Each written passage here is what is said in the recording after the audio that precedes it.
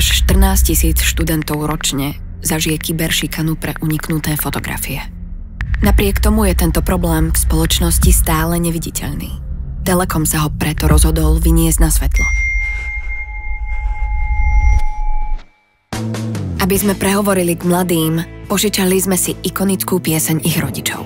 Keď Richard Miller pred vyše 20 rokmi nahral skladbu Nahý 2, netušil, že raz dokonale vystihne pocity dnešných tínedžerov. Nahý až na kožu.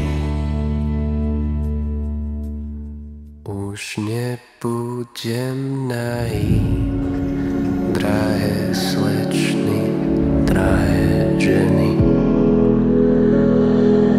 Od teraz až navždy zostávam oblečený.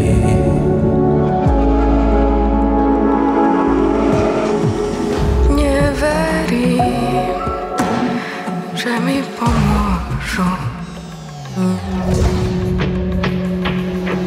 Nahý až na kožu.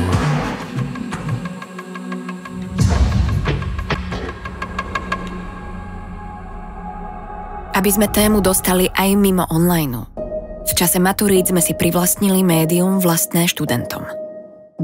Vďaka AI sme vygenerovali 14 000 fotiek, pričom každá reprezentovala jednu obeť.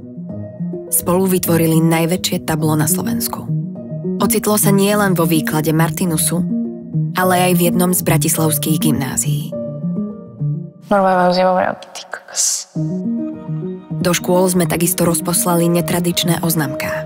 A keďže mnoho obetí o kyberšikane mlčí, spojili sme sa s influencerkou Dominikou Bánskou, ktorá po rokoch ticha prehovorila o svojej skúsenosti verejne. Mala som pocit, že sa mi zrútil svet. Určite sa ľudia nemajú bať požiadať o pomoc. Je to najlepšie, čo môžete spraviť. Rozprávať sa o tom s niekým. A práve k rozhovoru s odborníkmi sme motivovali na webe, kde sa mladí mohli spojiť s IPčkom a prečítať si praktické rady.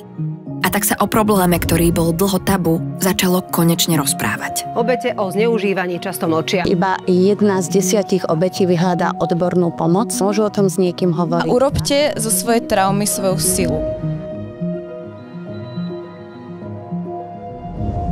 Ale čo je najdôležitejšie, s odkazom kampane sa mladí stotožnili a nebáli sa k téme vyjadriť. Zostal som zaskočený, lebo som nevedel, že až do takejto miery sa toto deje. Určite sa neboj vyhľadať odbornú pomoc, lebo môžeš vidieť, že v tom naozaj nie si sám alebo sama.